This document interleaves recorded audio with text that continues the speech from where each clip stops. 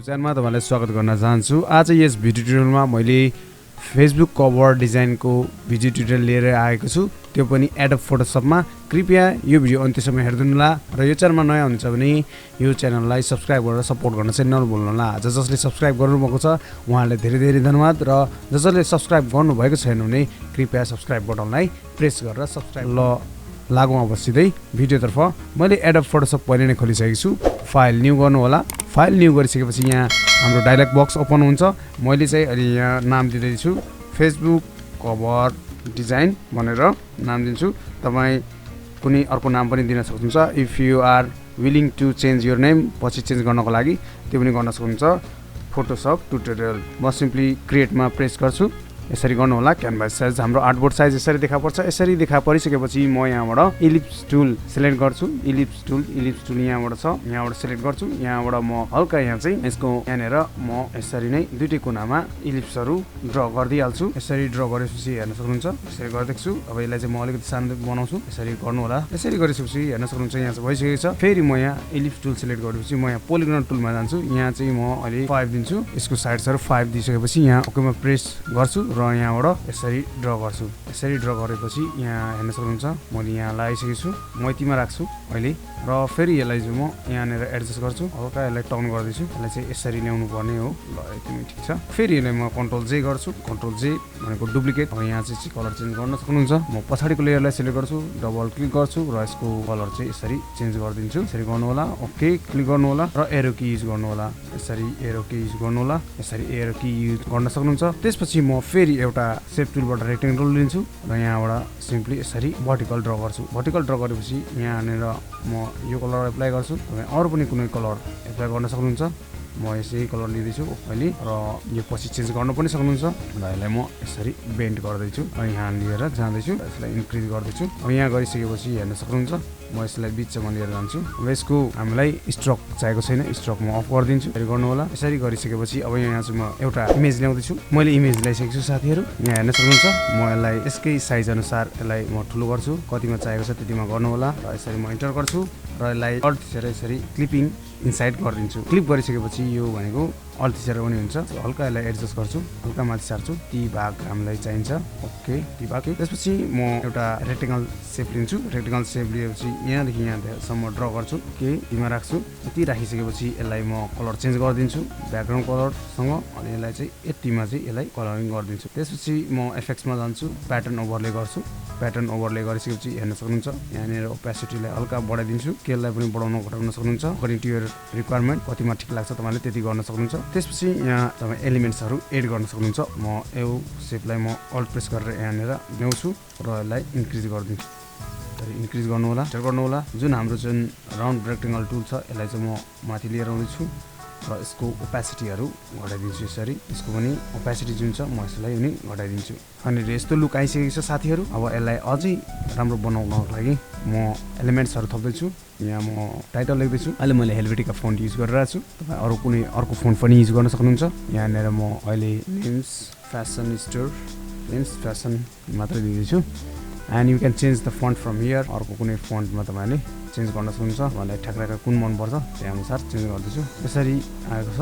यसलाई चाहिँ अझै ट्रान्सप्यारेन्ट गरिदिन्छु किनभने यसले चाहिँ इफेक्ट पारिरहेछ। राख्न सक्नुहुन्छ अरू एलिमेन्ट्सहरू। हेल्भेटिका नै युज गरिरहेछु। रोमन भए नर्मलमा युज गर्छु। कन्टेन्ट्स अरू एलिमेन्ट थप्न सक्नुहुन्छ। अनि यहाँ चाहिँ म अहिले फेरि एउटा बटन क्रिएट गर्दैछु। तपाईँहरूले त्यसरी बटन क्रिएट गर्नु होला। राउन्ड रेक्टेङ्गल टुल लिनुहोस्। यहाँबाट सर्लक्क एउटा यसरी बनाउनुहोस्। त्यसपछि यसरी गरिसकेपछि यसको कलर पनि सेम एज एबो कलर होइन। क्यान्सल। हामीले कलर सेट गर्दैछौँ। यो कलर दिँदैछु। त्यसपछि इफेक्ट दिनको लागि चाहिन्छ भने तपाईँलाई यहाँ ग्रेडियन्ट ओभरलेमा जानुहोस् होइन। ग्रेडियन्ट ओभरलेमा गएपछि यहाँ हेर्न सक्नुहुन्छ you can see the differences between the normal colour and the gradient colour. Select गर्नुहोस्। के यहाँबाट फेरि गर्नुहोस्। फेरि ओके सिलेक्ट गर्नुहोस्। अनि त्यसपछि डिप डार्कमा लैजानुहोस्। Here is the difference between the normal colour and the gradient colour. अनि जुम इन गर्नुहोस्। त्यसपछि जुम इन गरिसकेपछि साथीहरू एउटा टाइप टुल लिन्छु है। टाइप टुल लिन्छु। यहाँनिर follow us on control A गरौँ। यसको 14 पिटी राखिदिउँ है। त्यसपछि कन्टेन्ट्सबाट बोल्डमा गरिदिउँ। अनि यसको चाहिँ ठुलो भयो अलिकति सानो गरिदिउँ। Okay like this.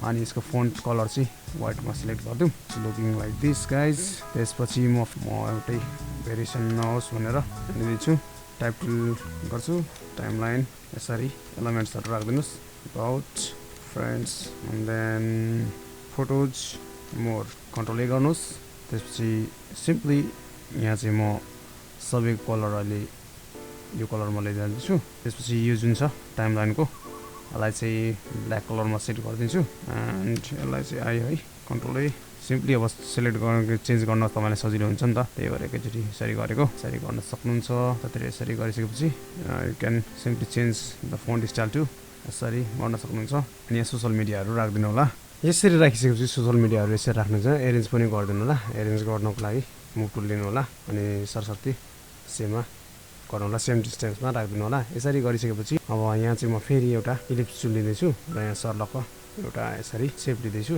यो सेप लिइसकेपछि अब यसलाई फेरि रिसाइज गर्नु पर्यो भने मुभ टुल लिनु होला यसरी गर्नु होला यसरी लिँदैछु अझै यसलाई ठुलो पार्छु यसरी राख्छु यसरी राखेपछि इन्टर गर्छु इन्टर गरेपछि यहाँ फेरि म कन्ट्रोल चाहिँ गर्छु कन्ट्रोल चाहिँ गरिसकेपछि सिफ्ट अल्ट थिच्छु र यसलाई चाहिँ यसरी राखिदिन्छु इन्टर गर्छु र लेयर्स प्यानल्समा गएर त्यो मुनिको जुन छ यसलाई म चाहिँ यिनीहरूलाई माथि नै लिएर जान्छु दुईटालाई माथि नै लिएर जाँदैछु यो यसलाई कन्ट्रोल थिच्छु यसलाई ग्रुप गरिदिन्छु है यसलाई ग्रुप गरिदिन्छु यो इलिप्सहरूलाई जुन छ अब इलिप्स यो मुनिकोलाई चाहिँ म कलर चेन्ज गर्दैछु के भएको छ ओके जुन अब यसै यति भएको छ अब यसलाई चाहिँ मैले त्यही इमेजलाई सिलेक्ट गर्छु कन्ट्रोल भी गर्छु र यहाँ चाहिँ यसरी राखिदिन्छु यसलाई माथि लैजान्छु र यसरी माथि लगिसकेपछि